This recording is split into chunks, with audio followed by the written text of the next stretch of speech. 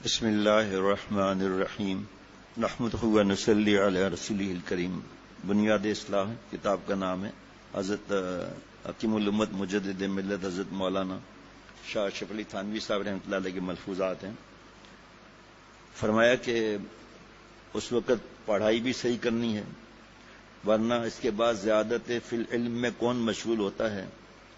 درسیات سے فارغ ہونے کے بعد حالت یہ ہے کہ جن کی استعداد خراب ہے وہ پڑھنا پڑھانا ہی چھوڑ دیتے ہیں، پھر بعض تو ذکر و شغل میں مشغول ہو جاتے ہیں، اب بعض واعظ گوئی اختیار کر لیتے ہیں کیونکہ اس میں نفس میں مزہ آتا ہے، اور لوگ واعظ کے پیچھے پیچھے پھرتے ہیں تو تکبر کا بھی خطرہ ہوتا ہے۔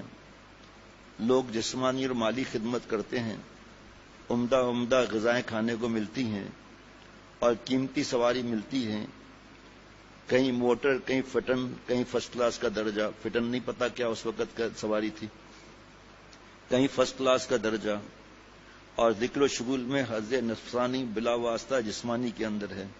جسمانی کے کیونکہ بعض لوگ ذکر و شغل میں اس لیے مشغول ہو جاتے ہیں کہ ان کو جہاں مطلوب ہے کہ میں مشہور ہو جاؤں، صوفی بزرگ بن کر دلوں پر حکومت کر لوں، یہ تو حظ نفس ہے، اور حظ جسمانی کا واسطہ اس میں اس لیے نہیں ہے کہ ذکر و شغل میں مشغول ہونے کے ساتھ ساتھ ان کو مجاہدات کرنے پڑتا ہے۔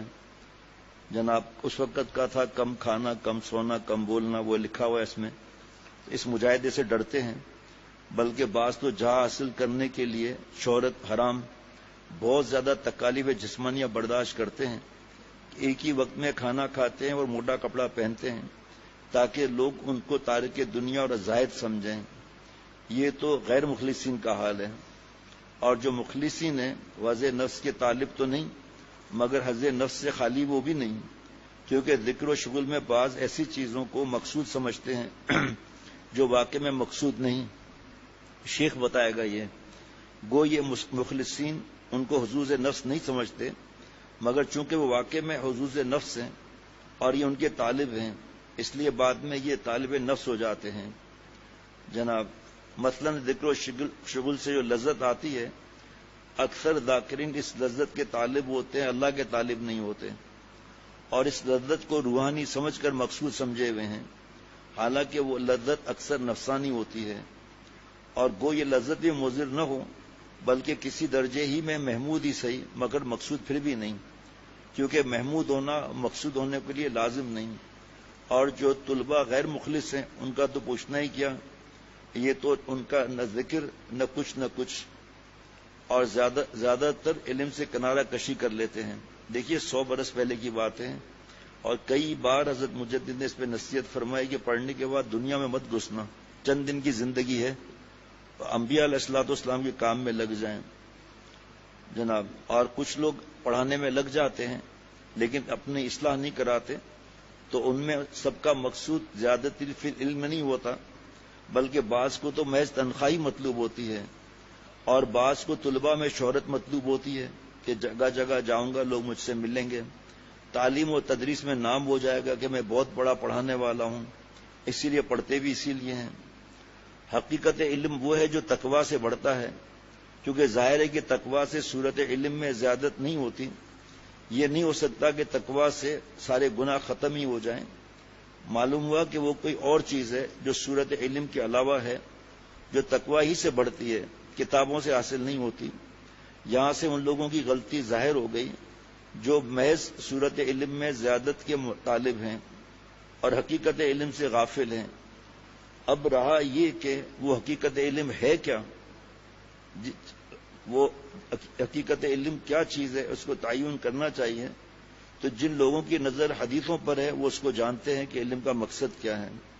فرمایا کہ آخر وہ کون سا علم ہے جس میں معاصی حائل ہیں، کیا وہ کتابی علم ہے؟ ہرگز نہیں۔ کتابی علم تو جس کا حافظہ کبھی ہوگا اس کو زیادہ یاد رہے گا۔ ایک فاسق فاجر کو بڑے بڑے متقی سے زیادہ قرآن حفظ ہو سکتا ہے، بلکہ کافر کو بھی ممکن ہے کہ ہم سے زیادہ مسائل اور احادیث یاد ہو جائیں۔ چنانچہ بیروت میں بعض عیسائی ہماری احادیث اور فقہ کے بڑے جاننے والے ہیں، اور جرمن کے ایک مدرسے کا حال ایک شخص نے کسی سیاح سے نقل کیا ہے کہ وہاں علوم الاسلامیہ کی تعلیم ہوتی ہے. کسی کمرے کا نام دارالفقہ ہے، کسی کا دارالحدیث.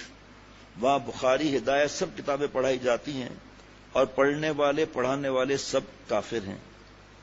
اور عیسائی اور وہ لوگ اختلاف کو بہت زیادہ آگے بیان کرتے ہیں، کیونکہ جرمنی ایک کتب خانہ بہت بڑا ہے. اس میں ہماری نایاب کتابیں اس قدر ہیں کہ ہم نے ان کتابوں کا نام بھی نہیں سنا. حضرت مولانا یعقوب صاحب نانوتوی رحمۃ اللہ علیہ فرماتے ہیں کہ امور دوقیہ کی حقیقت بیان سے سمجھ میں نہیں آتی. دیکھو، اگر کسی نے آم نہ کھایا ہو اور تم اس سے آم کی تعریف کرو تو یہ ایسا لذیذ اور میٹھا ہوتا ہے. وہ کہے گا گڑ جیسا ہوتا ہے، تم کہو گے نہیں. وہ کہے گا شکر جیسا، تم کہو گے نہیں. وہ کہے گا انگور جیسا، کہو گے نہیں. وہ کہے گا انار جیسا، تم کہو گے نہیں. پھر اصرار کرے گا کہ بتلاؤ تو صحیح کیسا ہوگا.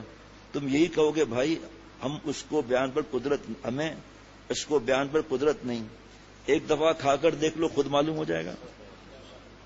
اس وقت اس شخص کو تعجب ہوگا اور اس بات کا یقین نہ کرے گا کہ بیان پر قدرت نہیں، مگر جب کھائے گا تو اب وہ بھی بیان پر قادر نہ ہوگا. اور یہ بات کچھ کمالات حقیقیہ ہی کے ساتھ نہیں بلکہ محسوسات میں بھی جس چیز کا ذوق سے تعلق ہے وہ الفاظ سے بیان نہیں ہو سکتی. بڑا مزہ آئے گا آگے کا واقعہ. میں نے تو حضرت سے سنا تھا لیکن ماشاءاللہ یہاں بھی آ گیا. اگر کوئی کمالات حقیقیہ کو الفاظ میں سمجھنا اور سمجھانا بھی چاہے تو ٹیڑھی کھیر کا قصہ ہوگا. ایک لڑکا ایک مادرزاد اندھے حافظ جی کے پاس آیا، پڑھتا تھا. ایک دن کا حافظ جی دعوت ہے. کہنے لگے کیا کھلاؤ گے؟ طالب نے کہا کھیر. پوچھا بیٹا کھیر کیسی ہوتی ہے؟ لڑکے نے کہا حضرت سفید ہوتی ہے. حافظ جی نے سفید اور سیاہ کو کب دیکھا تھا؟ پوچھا سفید کسے کہتے ہیں؟ لڑکے نے کہا جیسے بگلا. فرمایا کہ بگلا کیسا ہوتا ہے؟ لڑکے نے سے ہاتھ موڑ کر اس طرح کر کے بتایا کہ ایسا ہوتا ہے.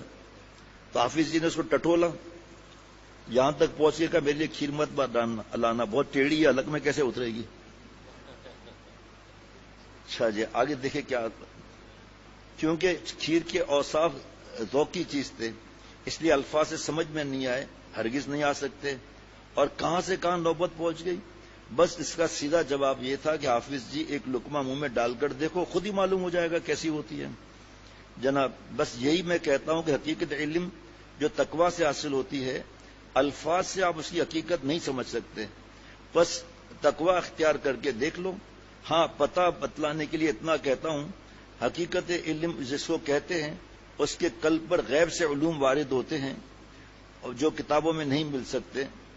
اس سے معلوم ہوا کہ علوم وہابی ہیں، کسبی نہیں.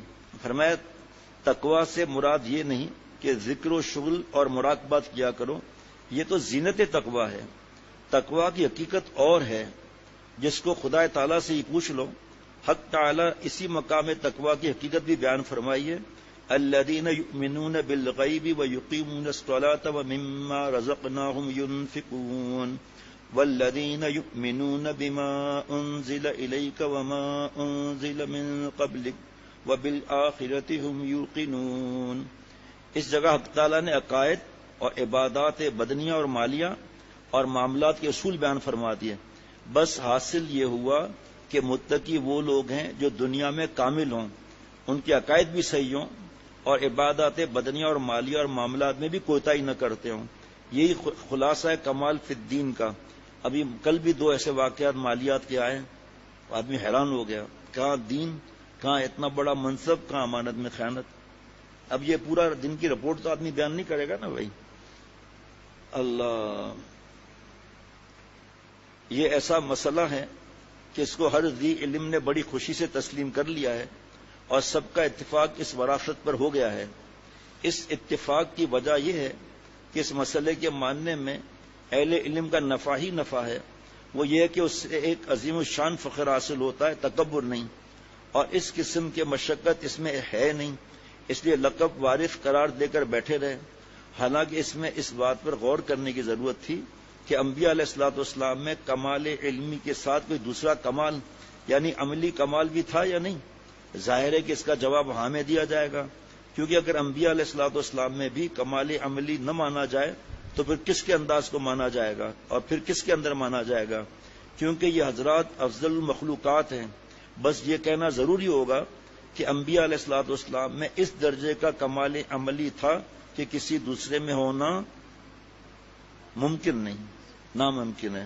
جب یہ بات ثابت ہو چکی تو اب دیکھنے کی بات یہ ہے کہ وجہ وراثت آیا کمال علمی ہے یا کمال عملی بھی اس میں داخل ہے.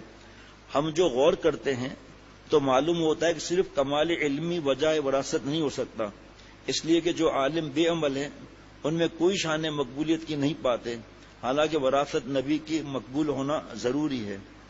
انشاءاللہ کل کا مضمون مثلا ابلیس کہ وہ بڑا عالم ہے اور دلیل اس کے عالم ہونے کی یہ ہے کہ وہ علماء کے اغوا کی تدبیر کرتا ہے، بسا اوقات اس میں کامیاب بھی ہو جاتا ہے.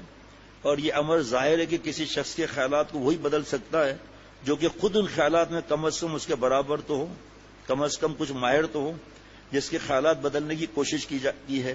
قانون کے سمجھنے میں قانون دان کو وہی شخص دھوکہ دے سکتا ہے جو کہ خود قانون بھی جانتا ہو. تو شیطان کا علماء کے اغوا میں کامیاب ہونا صاف بتلا رہا ہے کہ وہ ظالم بہت بڑا عالم ہے، لیکن اس کا جو انجام ہے سب کو معلوم ہے کہ مردود ہوا.